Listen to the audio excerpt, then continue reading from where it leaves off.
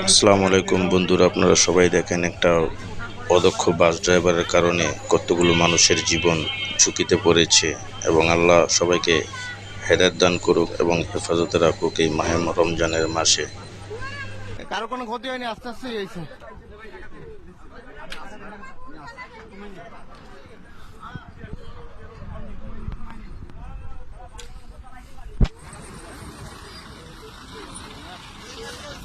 হ্যাঁ হ্যাঁ